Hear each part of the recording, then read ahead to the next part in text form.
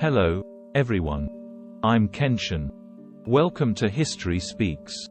Please take a moment to subscribe, like, comment, and share. Also, don't forget to turn on the notification bell. Thank you. Today's historical discussion is about the renowned painter Titianus, whose reputation varies among art critics. When it comes to European artworks, many people think of oil paintings. If we mention the 2000 lire issued by Italy in 1985, those familiar with art history might have a clue. That's right, it's Titianus, often hailed as the father of oil painting.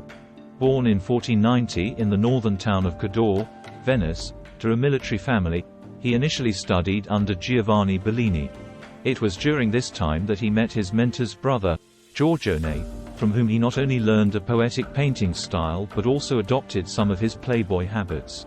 Eventually, both were expelled from the studio for their questionable activities.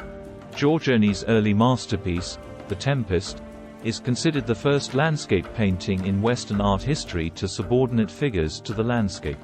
It showcases not only Giorgione's style but also reveals Titianus's early influences. This painting, rich in mysterious colors and infused with religious symbolism, demonstrates Giorgione's consistent style, characterized by imaginative depictions of humanity, vibrant colors, lyrical poetry, and the fusion of figures with nature. Giorgione excelled not only in landscape painting but also in innovative figure compositions, incorporating Leonardo da Vinci's emphasis on atmospheric perspective and subtle expressions, resulting in figures that exude serene elegance and profound poetic sentiments.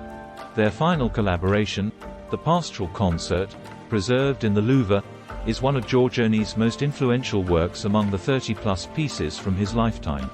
Its pastoral and lyrical style, innovative use of color and landscape, and the humanistic ideals conveyed profoundly influenced the development of painting. Unfortunately, Giorgione succumbed to the plague at the young age of 35. However, many of Titianus's early works were influenced by his mentor. Consequently, it's challenging to distinguish their respective contributions. In homage to Giorgione's Sleeping Venus, Titianus painted Venus of Urbino, both of which hold significant positions in Western art history. Titianus's subsequent works, Sacred and Profane Love, and The Feast of Bacchus, still bear the influence of his mentor. However, his characteristic use of vibrant and warm colors gradually became his unique painting style. He excelled in creating a golden atmosphere in his paintings, with the invention of a pigment known as Titianus red, which people referred to as Titianus's gold. Many of his works were inspired by religious themes, with one of the most iconic being Assumption of the Virgin at the Frari Church in Venice. In this painting, the Virgin Mary's portrayal broke away from traditional nobility and transcendence, embracing a more feminine and gentle image. Future generations praised this painting as embodying a realm free from intellectual burdens, where spirit and flesh unite in unbridled will. Its grand composition and rich color expression deeply impressed the Italian and European art scenes. During his youth, under the influence of humanist ideology, he inherited and developed Venetian painting, advancing the use of color, form, and brushwork in oil painting. In his religious paintings, he reflected the moral concepts of the emerging bourgeoisie.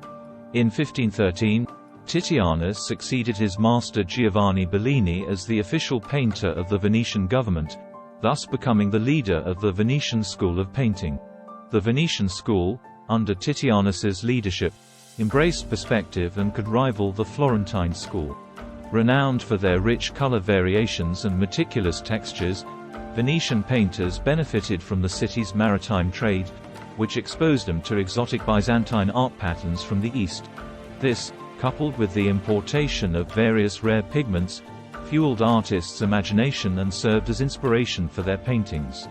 Given Venice's humid climate and the challenge of preserving frescoes, Venetian artists, in the early 16th century, began using lightweight canvas instead of wooden panels for painting.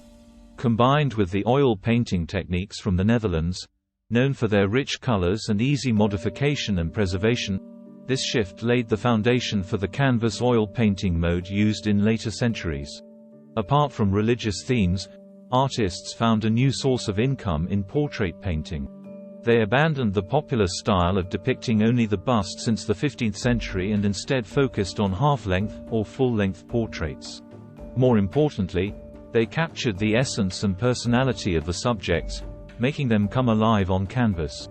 This vivid portrayal highlighted the vitality and character of the individuals, often with models presenting themselves in a natural and relaxed posture, showcasing the essence of humanistic art emphasized during the Renaissance. Due to these relationships, he closely associated with many of Europe's most powerful figures but never fully aligned with any. For instance, he painted several portraits for the kings of Spain and Portugal, as well as a famous one for Pope Paul III. He also had a close relationship with Holy Roman Emperor Charles V, causing unease among courtiers. However, after Charles V bestowed him with a noble title in 1533, Titianus produced works like The Resurrection of Spain, and Philip II offering his son to victory, catering to the elite. Generally, his portraits could reveal the inner worlds of the subjects. A well-known anecdote recounts an incident during the painting of Charles V's portrait in 1548, where Titianus dropped his brush, and the emperor picked it up for him, jokingly saying, "You are Titianus, you deserve to be served like Caesar." Such stories, whether true or not, reflect the changing relationship between artists and patrons, elevating artists to the status of royalty. 6.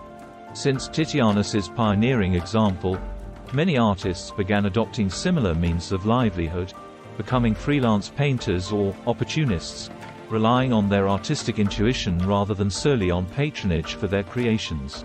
In later generations, Titianus's late-period artistic style left the greatest impression, believed to be distinguished by its sensuous and fleshy qualities, which were unique compared to the norms of his time. This can be attributed to the prevalent hedonistic ideology of the 16th century, where the pursuit of earthly pleasures and liberation of human nature were deeply ingrained. Venice, as a prosperous maritime city, provided fertile economic conditions for artists' development, fostering a culture of hedonism from nobles to commoners, thereby accelerating the pursuit of secular and sensory enjoyment in art. Titianus's approach to painting, reportedly without sketches, relied solely on intuition and vibrant colors to express the vitality and sensuality of life.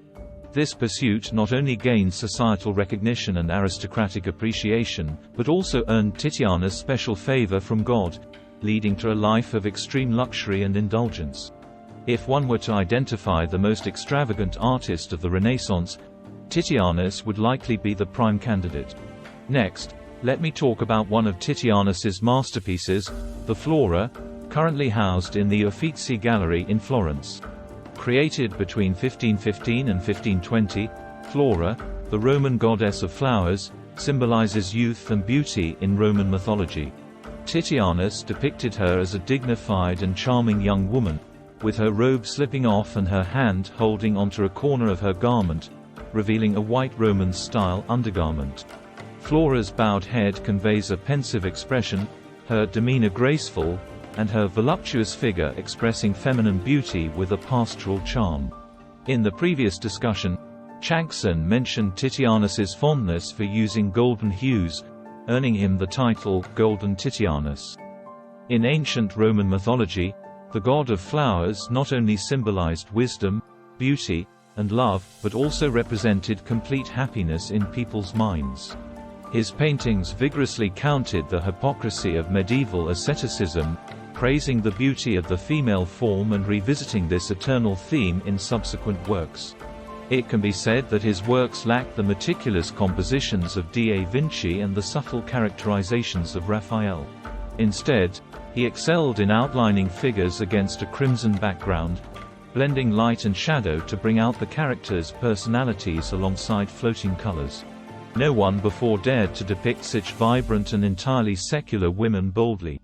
In his later years, even as he sat in his seaside villa garden, with the tumultuous music of the sea in his ears, Titianus's mind brewed marvelous ideas. He tirelessly painted in his studio during the day and indulged in feasts at night, seeming tireless and carefree until the dreadful plague of 1576 claimed his eternal rest, having created over 1,000 works in his lifetime. Though his artistic achievements revolutionized painting techniques and elevated painters from subordinate roles, it's essential to separate artistic prowess from personal character. Titianus was indeed a greedy individual who exploited his status and position for self-serving purposes. We must learn to separate a person's accomplishments from their character and not overlook moral flaws because of high achievement, enabling a more comprehensive and fair assessment of individuals.